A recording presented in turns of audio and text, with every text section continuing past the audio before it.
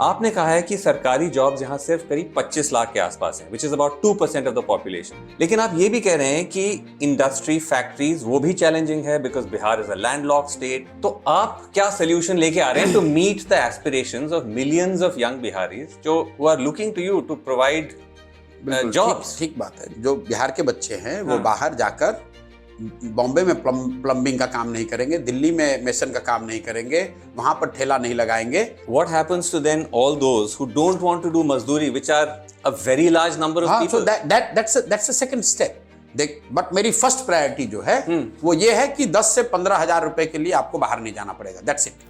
अच्छा, let's move to education. But you said that basically the model of having a school in every village is not work. It's a spreading yourself too thin. Correct me if I'm wrong कि आपने कहा कि instead you will build 5 world class schools per block. Let's say 10,000 आप absorb भी कर लेते हो, so that still leaves another 50 odd thousand children. पहले सबको एक ही जैसा शिक्षा व्यवस्था देने के चक्कर में आपने पूरी व्यवस्था ठप कर दी। तो we have to create a 3-layered system where you have a meritocracy based system maybe for 10 or 20% people. You also said that आपको कुछ कॉर्पोरेट से भी फंडिंग मिला है। आपने एक ये नवयुगा इंजीनियरिंग का साइट किया, which is an infrastructure based company which has paid you 11 crores for 2 hours of किसने बोला 2 crores 2 hours? आपने 2 घंटे का जिक्र किया ही नहीं। बिल्कुल नहीं किया है, आप जाके फिर से चेक कर लेना। नवयुगा कंस्ट्रक्शन के नाम पर किसी ने कहा पैसा दिया है, बिल्कुल दिया है। 11 करोड़ रुपया लिए हैं। 11 करोड़ रुपया 2 घंटा सलाह के लिए लिए। You've been saying that the JDU is not getting, I believe you said close to what, 20 odd seats? 25. Are you sure about this? Because in the Lok Sabha you did get your prediction wrong.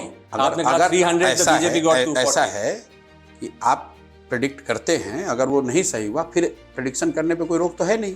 Do you think he's been an ineffective prime minister, Narendra Modi? Who am I to say this?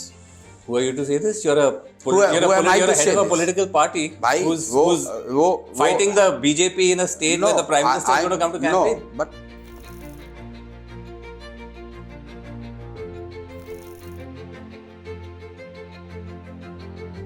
Bihar में राजनीति का रंगमंच एक बार फिर से तैयार है, क्योंकि बिहार में चुनावी बहार है और इन सब के बीच लोगों की जुबान पर कुछ जरूरी सवाल हैं। बिहार पर कैसा पड़ा SIR का असर? क्या नीतीश कुमार 5वीं बार वापसी करेंगे या इस बार राहुल तेजस्वी बदलेंगे बिहार की फिजा? बिहार और बिहारियों से अभी कितना दूर है सुराज, यह भी जानेंगे।